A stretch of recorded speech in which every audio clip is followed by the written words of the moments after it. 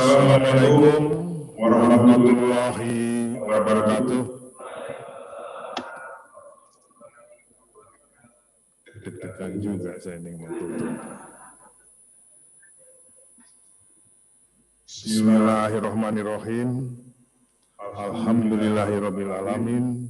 Wassalatu wassalamu ala asyrofil anbiya'i wal mursalin wa ala alihi washabihi ajmain. Amma ba'du. Semoga salawat dan salam senantiasa tercurah pada junjungan kita Nabi besar Muhammad Sallallahu Alaihi Wasallam yang selalu menerangi hati nurani kita dan menjadikan cahaya bagi segala perbuatan mulia. Dan insya Allah kita semua termasuk umat Nabi Muhammad Sallallahu Alaihi Wasallam yang bertakwa hingga akhir zaman. Pertama-tama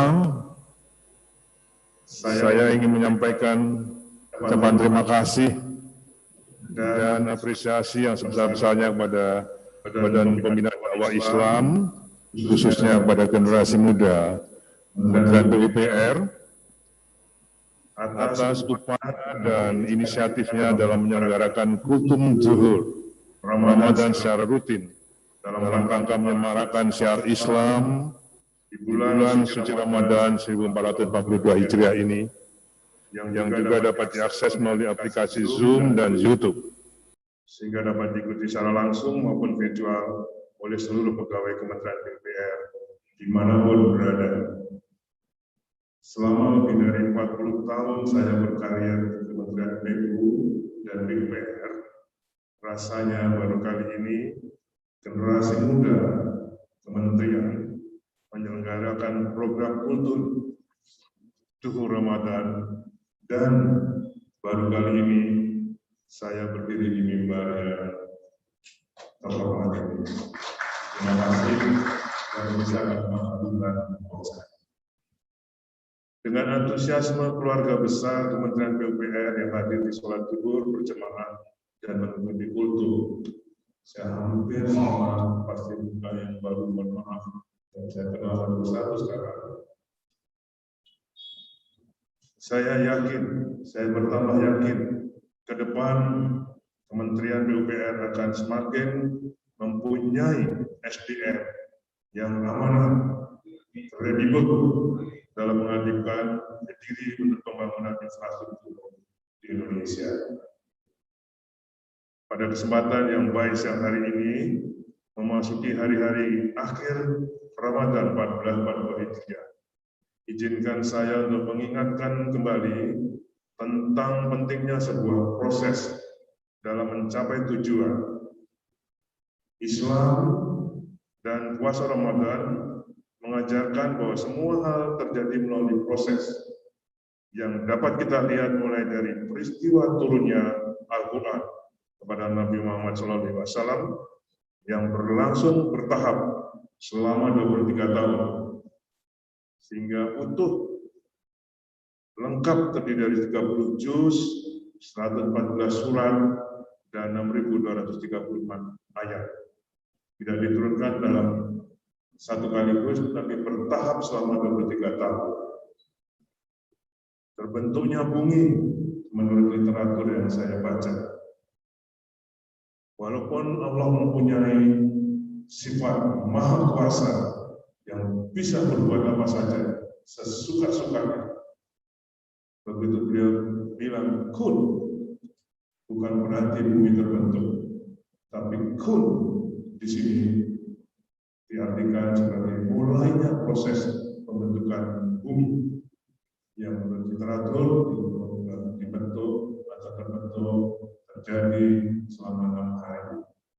6 harinya itu, satu harinya mungkin juga jutaan tahun. Secara geologi, satu epoch itu sudah terjadi ribuan juta tahun yang lalu, miliar. Sekali lagi, bukan terbentuk pada saat kun sekali itu terjadi, tapi pada kun mulai terbentuknya proses bumi ini. Selain itu, kita dapat pula melihatnya pada bulan Ramadan yang terbagi menjadi 3 fase. Pasti semua sudah paham. 10 hari pertama sebagai fase babak penyisihan. Fase kedua, 10 hari kedua, babak semifinal, dan sekarang kita berada di babak final untuk segera mengakhiri bulan Ramadan, bulan latihan. Ini bulan latihan kita. Bahkan kejadian malam Lailatul Qadar yang selalu dinantikan terjadi pada malam-malam ganjil 10 hari terakhir. Tapi kita tidak disuruh untuk beribadah pada malam-malam ganjil saja 10 hari terakhir.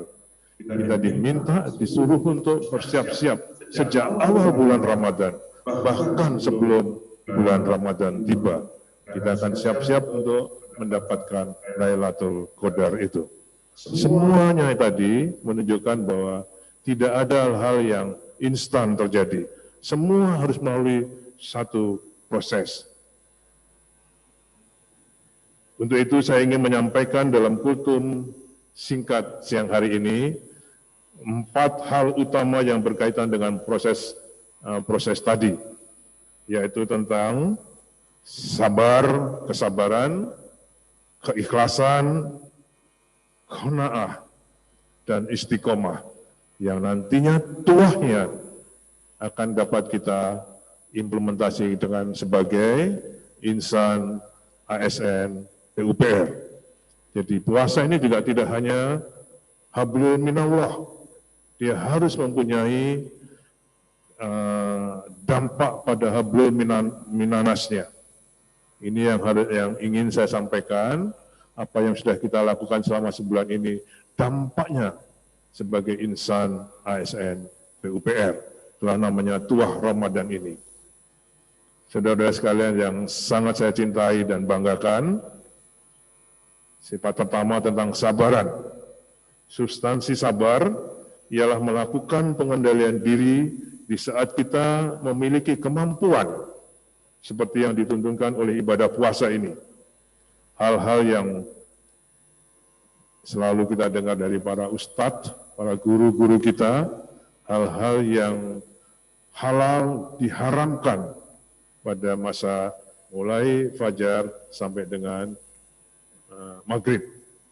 Kemampuan untuk mencekal betapa berbagai keinginan nafsu di saat kita memiliki kemampuan untuk melakukan tersebut. Seperti kita memiliki kemampuan membalas orang yang pernah menyakiti kita, tapi kita mampu untuk memaafkan. Ini butuh kesabaran dan jiwa besar kita. Sabar selalu banyak ujiannya. Sabar yang sesungguhnya ialah kemampuan untuk mempertahankan kesabaran di tengah ujian-ujian itu. Orang-orang yang berhasil mempertahankan kesabaran sebagai sikap hidupnya akan senantiasa bersama dan akan memperoleh keutamaan-keutamaan dari Allah Subhanahu wa Ta'ala. Bagi orang yang bersahabat dengan kesabaran, hidupnya akan tenang karena selalu berpikiran positif, dan memang seringkali ujian yang berupa musibah yang biasanya diikuti dengan rasa takut, rasa sulit, bahkan mungkin ada perasaan putus asa, lebih cepat mengingatkan atau menyadarkan diri seseorang kepada Tuhannya ketimbang dalam bentuk ujian kenikmatan.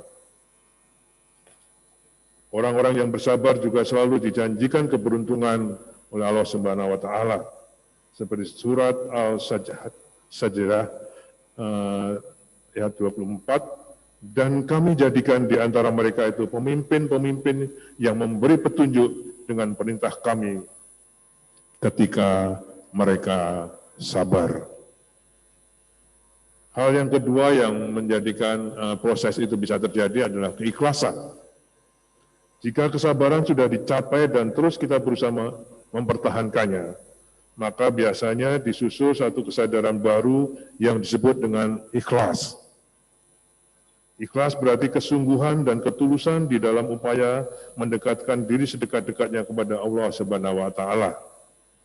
Kalangan ulama menjelaskan pengertian ikhlas sebagai upaya untuk mensucikan ketaatan dan perhatian sesama makhluk dan menjadikan Allah Subhanahu wa Ta'ala sebagai tujuan dalam berbagai ketaatan yang dilakukannya. Kalau kita sudah mengatakan apa itu ikhlas, biasanya kita coba kebalikannya. Seperti hanya Allah Maha Besar. Sebesar apa itu Allah? Sebesar masjid ini? Atau sebesar apa? Nah, biasanya kita mengecilkan lawannya. Sekecil apa kita? Anda kita bayangkan kalau bumi ini sebesar biji kacang hijau di dalam sistem Bima Sakti. Berapa kecilnya manusia? Nah, baru kita bisa membayangkan betapa besarnya Allah. Allahu Akbar. Nah, sama saja kalau ikhlas, bagaimana itu ikhlas? Kiai Haji Zainuddin MZ Almarhum menyampaikan kalau ikhlas itu seperti orang buang air besar, belum hilang, nggak kepikiran lagi kita. Itu ikhlas. Lawannya adalah riya, yaitu suatu perbuatan yang dilakukan selain untuk Allah Subhanahu wa Ta'ala. Juga untuk mendapatkan pujian dari makhluk. Jadi selain untuk Allah, kita masih mengharapkan pujian. Itu pasti sudah mengandung riya. Riya mulai terjadi manakala seseorang mulai menikmati pujian dari kebaikan yang dilakukannya. Seperti hanya apabila sekarang seseorang merasa galau, resah, gelisah dalam menghadapi masalah atau persoalan. Semua orang hidup pasti mempunyai masalah. Orang tidak akan menjumpai masalah setelah dia masuk ruang kubur. Tapi selama dia masih hidup, pasti menghadapi permasalahan. Nah, kalau kita menghadapi permasalahan, masih merasa gelisah, tandanya kita belum menyerahkan sepenuhnya kepada Allah Subhanahu wa Ta'ala. Padahal semuanya itu dalam genggaman Allah. Serahkan pada beliau. Beliau akan menyelesaikannya. Keikhlasan dapat dibedakan kepada dua golongan, yaitu keikhlasan yang diupayakan oleh manusia. Dengan kata lain masih belum menjadikannya sebagai habit, kebiasaan. Ya, ini masih bisa dipengaruhi oleh riya, karena masih mengharapkan pujian. Sedangkan ikhlas yang pada tahap lebih tinggi adalah keikhlasan yang sudah menjadi habit dari seseorang, yang disebut dengan mukhlas. Berbagai firman Allah Subhanahu wa Ta'ala menyebutkan bahwa orang-orang yang sudah sampai di makam al-mukhlasin, upaya iblis sudah tidak mempan lagi. Seperti ayat dalam surat Al-Hijr, iblis berkata, "Ya Tuhanku, oleh sebab Engkau telah memutuskan bahwa aku sesat, pasti aku akan menjadikan mereka, kita semua ini, memandang baik perbuatan maksiat di muka bumi, dan pasti aku akan menyesatkan mereka semuanya, kecuali hamba-hambamu yang ikhlas, al-mukhlasin di antara mereka." Jadi kalau kita sudah ikhlas, iblis pun sudah angkat tangan untuk menggoda kita. Yang ketiga dari sifat proses tadi adalah qanaah. Kita semua tahu qanaah adalah orang yang merasa cukup, merasa kecukupan dengan apa yang diberikan, yang sudah menjadi rahmat atau karunia dari Allah. Jadi sikap sabar dan ikhlas yang apabila dipertahankan, maka akan disusul dengan sikap qanaah yang berarti merasa cukup dengan apa yang ada. Rela menerima kenyataan yang datang dari Allah Subhanahu wa Ta'ala, apapun bentuk dan kenyataannya. Qanaah sebagai sikap tenang di dalam menghadapi hilangnya sesuatu yang biasanya ada. Lawan dari qanaah, sekali lagi ini hanya untuk membandingkan, memaknai apa itu qanaah, adalah rakus.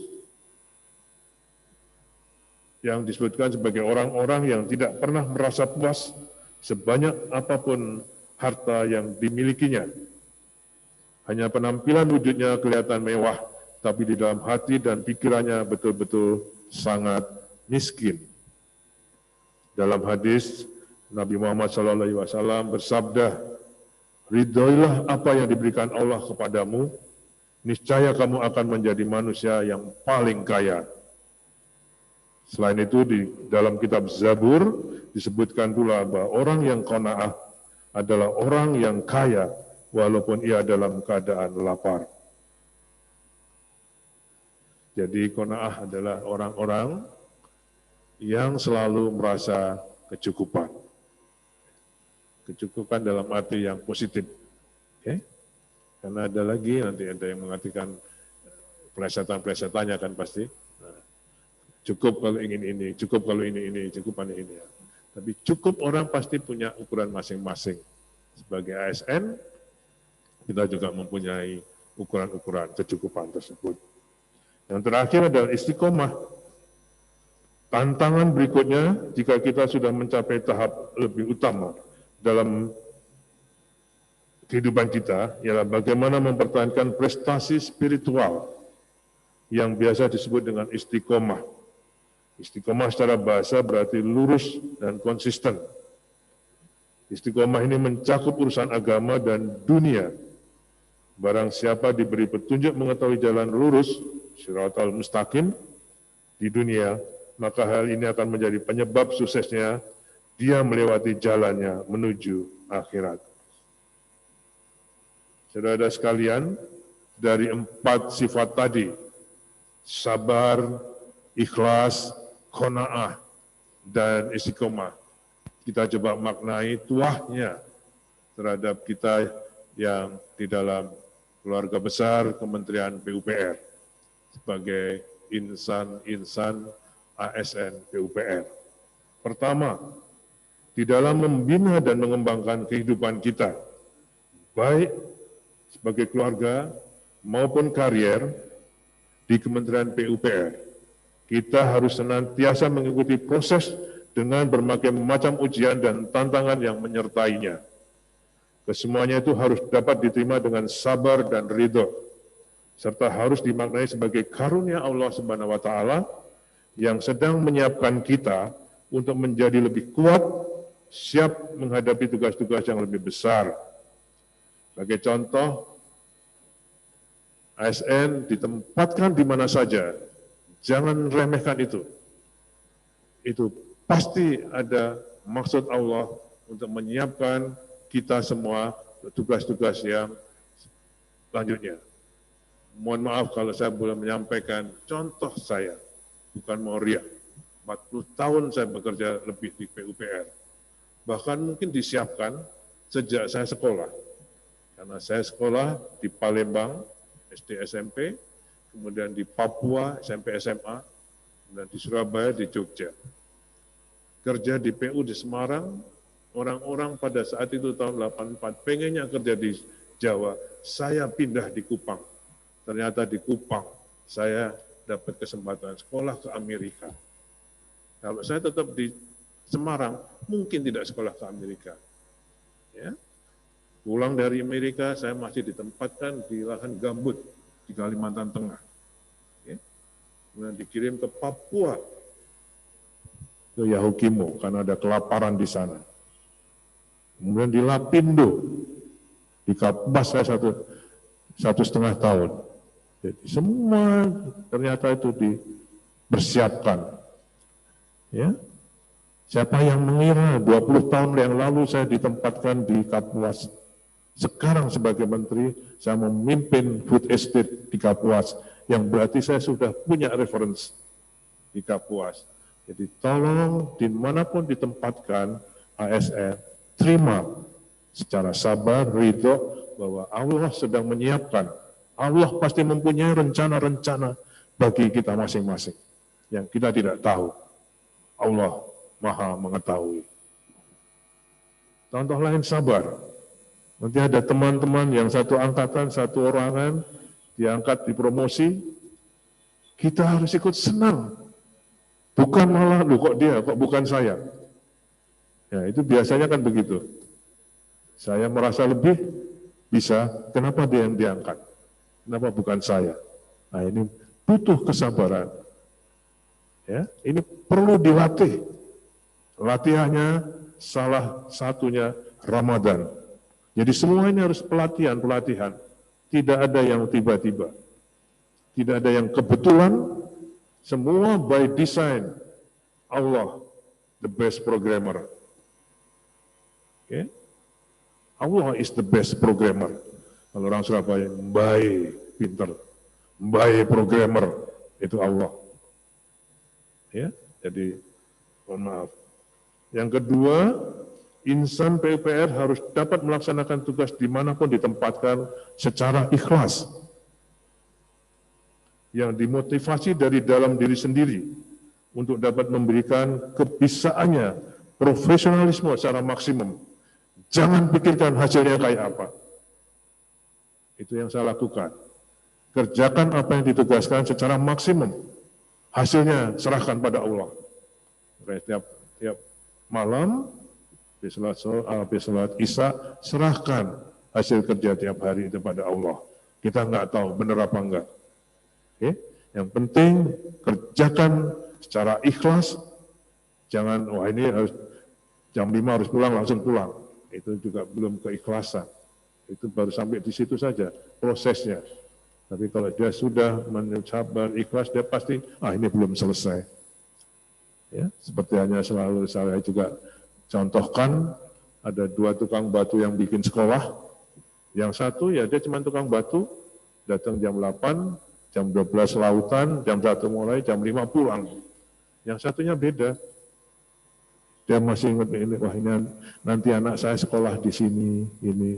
Dia senang sekolahnya, dia baiki.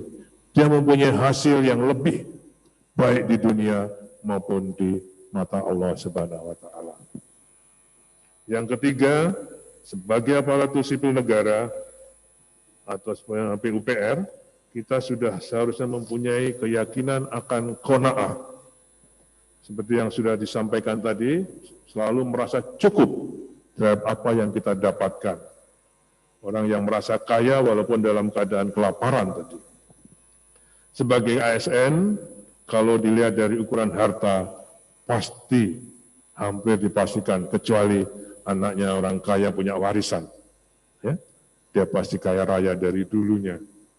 Tapi sebagai ASN seperti saya, seperti kita kebanyakan, yang bukan anak siapa-siapa, pasti tidak akan kaya raya. Tapi pasti tidak miskin. Itu janjinya ASN sebagai middle class. Ya, insya Allah tidak miskin kalau kita memanage keluarga dengan baik. Kita harus dapat bersyukur atas apa yang sudah kita dapatkan. Cara bersyukurnya sekali lagi bukan hanya cium lantai bersyukur, bukan itu. Cara bersyukur kita bekerja lebih baik. Bagi para generasi muda, bersyukurlah saudara sekalian sudah bisa menjadi ASN PUPR. Kenapa? Karena masih berapa ribu lagi yang kemarin tes bersama saudara-saudara yang belum sempat menjadi ASN. Ada berapa ratus kemarin yang menggugat keputusan. Ya. Artinya apa? Mereka ingin masuk, namun tidak bisa masuk. Jadi yang sudah dari dalam, bersyukurlah, karena pasti akan ada ganjaran lainnya. Di dalam doa-doa kita, tadi juga disampaikan oleh Pak Ustadz, doanya, Allahumma aini ala zikrika wa syukrika wa husni ibadatik. Ya, jadi, ya Allah, tolonglah aku dalam mengingatmu, dalam syukur kepadamu, dan dalam ibadah yang baik padamu. Kita diminta juga, syukur ini kadang-kadang lupa juga. Kita mohon pada Allah untuk diingatkan, supaya kita selalu bisa bersyukur terhadap apa yang sudah dikaruniakan oleh Allah pada kita semua. Dalam hubungannya ini, saudara sekalian, rekan-rekan sekalian yang sangat saya cintai, dengan adanya THR 2021, ya, bagi ASN, bagi pejabat-pejabat tinggi, pejabat negara, termasuk saya. Okay. Saya berharap ada petisi ASN. Saya sangat berharap ASN PUPR tidak ada satupun yang ikut menandatangani itu. Bukan apa-apa, karena saya ingin makin kita bersyukur, mudah-mudahan kita selalu akan diridhoi. Syukur itu tidak hanya orang per orang, tapi komunitas. ya. Jadi kayak istiqomah. Itu juga tidak hanya saat individual, tapi komunitas, organisasi harus mempunyai sifat istiqomah dan qanaah tadi untuk bisa mendapatkan organisasi yang diridhoi oleh Allah Subhanahu wa taala. Istiqomah mengajarkan kita bekerja lebih dari detail dan kecil, namun dilakukan secara terus-menerus atau konsisten. Istiqomah memberikan pesan bahwa pekerjaan harus dilakukan dengan tata kelola yang baik atas dasar standar operation prosedur, bukan dilakukan secara acak dan sesuka hati untuk mencapai tujuan atau target yang sudah ditetapkan. Dalam ini adalah misi organisasi. Misi organisasi PUPR menyelenggarakan infrastruktur di Indonesia ini. Itu misinya, membelanjakan uang negara dengan baik, dengan tata kelola sesuai dengan standar operation prosedur. Konsisten dengan itu. Tidak ada tugas lain kecuali membelanjakan uang negara untuk pembangunan infrastruktur. Intinya, saudara sekalian, khususnya generasi muda Kementerian PUPR, di dalam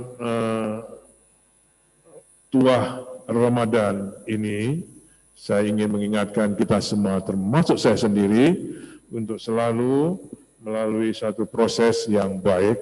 Ya. Saya percaya bahwa tidak ada pun satu pun kejadian yang terjadi secara kebetulan. Semua pasti berdasarkan desain program yang dibuat oleh Allah Subhanahu wa taala. Akhirnya kita dianjurkan bermohon agar usia dini dan komunitas kita bertambah panjang dengan kualitas yang lebih baik dan husnul khotimah. Kalau kita tadi mengikuti proses dengan tempat kesadaran tadi. Mudah-mudahan sikap-sikap terpuji tersebut di atas bisa kita pertahankan terus, bukan saja di dalam bulan suci Ramadan, karena bulan suci Ramadan hanyalah bulan latihan. Ya, seperti orang naik haji yang mabrur itu dilihat setelah pulangnya, 11 bulan setelahnya, sama dengan latihan Ramadan. Kesuksesan kita melaksanakan ibadah Ramadan dilihat setelah Ramadannya, kumat apa enggak, gitu kan? Itu latihan kita. Mudah-mudahan sikap-sikap tersebut juga memberikan dampak positif terhadap lingkungan kerja kita. Amin, ya rabbal alamin. Semoga kultum yang singkat dan sangat sederhana ini akan ada manfaatnya bagi kita semua. Dan semua ibadah yang telah kita lakukan yang lalu maupun 2 hari ke depan mendapat ridho dan rahmat dari Tuhan serta diterima oleh Allah Subhanahu wa taala. Kurang lebihnya saya mohon maaf. Terima kasih sekali lagi pada generasi muda dan BKDI Kementerian PUPR, teruskan program ini dan program-program yang memakmurkan masjid yang kita cintai ini menjadi masjid yang organisasi SDM yang amanah. Terima kasih. Assalamualaikum warahmatullahi wabarakatuh.